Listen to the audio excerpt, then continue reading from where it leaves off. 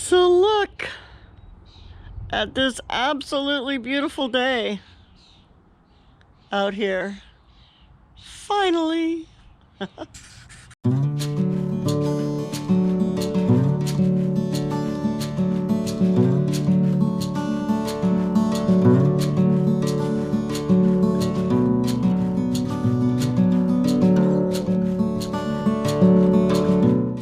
It's planting day here. And I'm going to be going crazy getting everything planted. I've been hardening off my plants for the last several days, more for the cold than for the sun, but I'm going to put them out today where they're going to go forever. Sorry, somebody's driving by. Anyway, I'm going to put them in their forever homes and get these beds ready, come around with my app and find out what some of this stuff is that's growing and get these beds cleaned up and ready to plant in. And yeah, put the plants where they're going to live. I'm not going to plant them today. Well, I don't know. I have to look at the weather because I think tomorrow's supposed to start raining again. So I might plant them, or I might just leave them sit where they're going to go, because I want them to get a little more sun before the sun gets too hot, which it will do quickly. I'm pretty sure of it. Anyway, hi! Lorrie here in Lorrie's world on Vancouver Island, and I'm so glad that you're here to come and hang out with me in the garden. Let's get to work.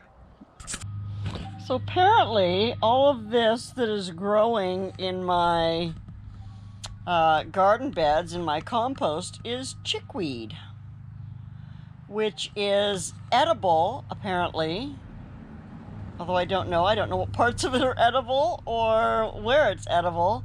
I have got a ton of it suddenly in all this compost that I got this year. I don't know how happy that makes me. I do know, yes, it's edible, okay, but I guess I'll have to do some research on how to eat it, and I'll have to move some of it away from where my plants are going, right? I don't want to grow my plants right in the middle of a patch of chickweed. How much of the nutrients will the chickweed take from my soil? Should I completely pull it all out, or what should I do? You tell me. Did you know that there are more than one type of chickweed? I did not before today, but while I was out here I found two different types of chickweed. One of them is edible, one of them is not. So the biggest difference, and let me just pull one of these up.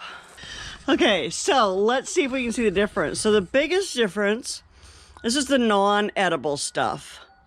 So as you can you see, I don't know if we can see that or not, but it's hollow. It's hollow, it grows taller, and if you look at it, it's got those little teeny tiny hairs on the stem, and they go all the way around. Okay, so the stuff that's edible, it has little hairs on it, but only on one side of the stem.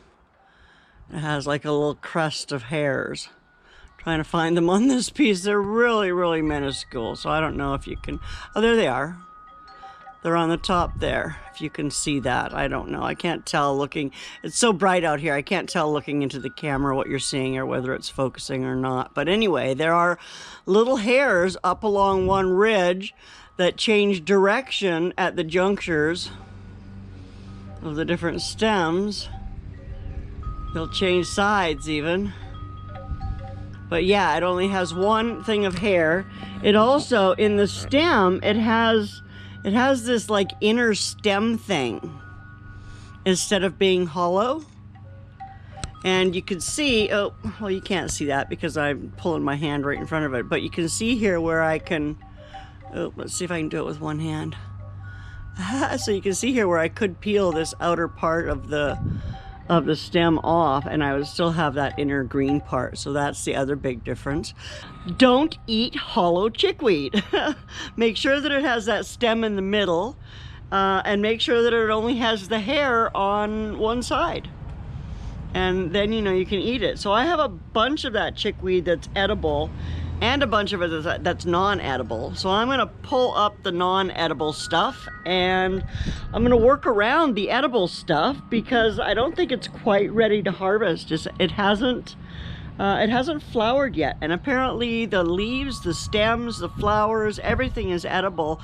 And you can make a salve out of it that is supposed to be good for rheumatoid arthritis pain and for healing and soothing muscle pain.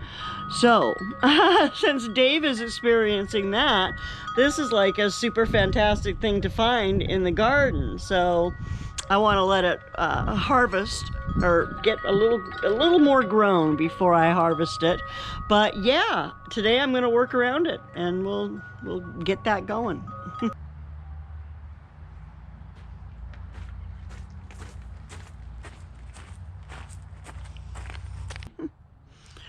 It's mid-May, and really it's the first time in 2022 that I have sat out in my garden and admired it. And even though it is neglected and overgrown and not too much going on yet except weeds and stuff like that, it is still my happy spot. And I love that we've taken that bush out that blocked the view out of the yard before, because the view looking that direction is gorgeous.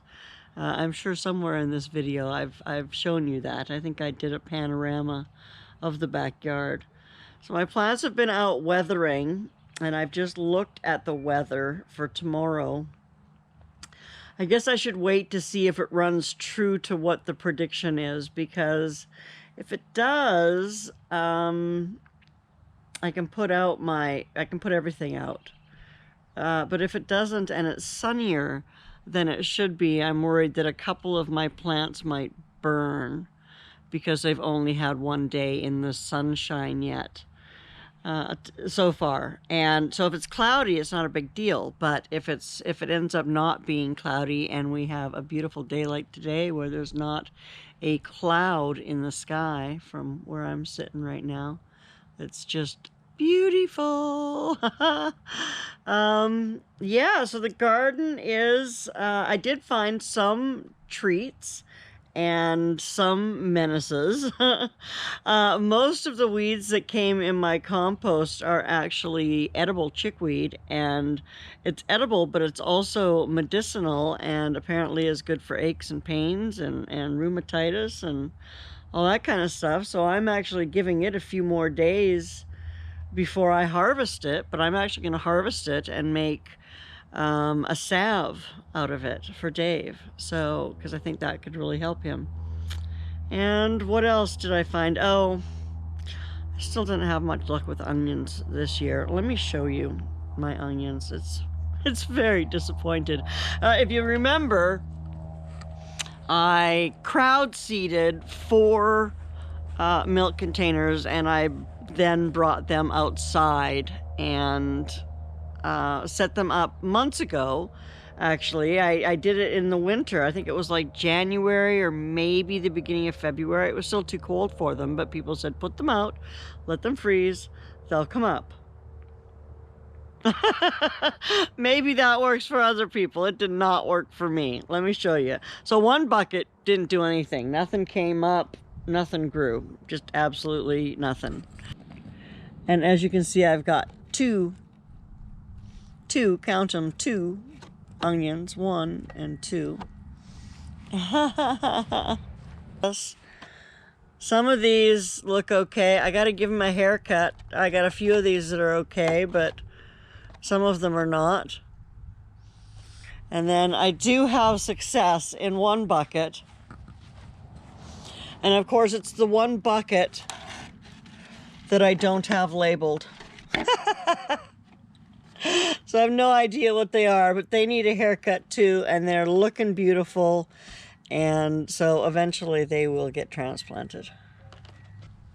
What else? Oh yes, my rhubarb flower. Let's look at my rhubarb flower.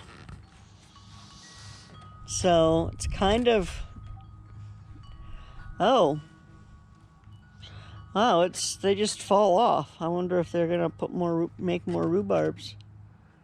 Huh, those do not look like rhubarb seeds. So I'm gonna leave them still, but oh, and look. Look, ah! Look. Grapes, we have grapes. Oh, and look at this down here. Look at, there's my other grape. Beautiful. So exciting. Yeah, so all of this in here, I think I've gone through this bed already. All of this in here is that chickweed that I can make that salve out of. And not everything in here is yet. I haven't gone through. There are some weeds that I don't want that are in here. But honestly, it's not that weedy. You know, I mean, I know it looked like it at first because I didn't know what these were. But knowing what this is makes a whole big difference. It's actually going to be useful for me. So yay. Well, that is a quick update on my garden and my fabulous find of chickweed and what I'm going to do with it. And I want to thank Ragnarok Prepper for filling me in that on what to look for chickweed in the first place, and then the fact that it's medicinal.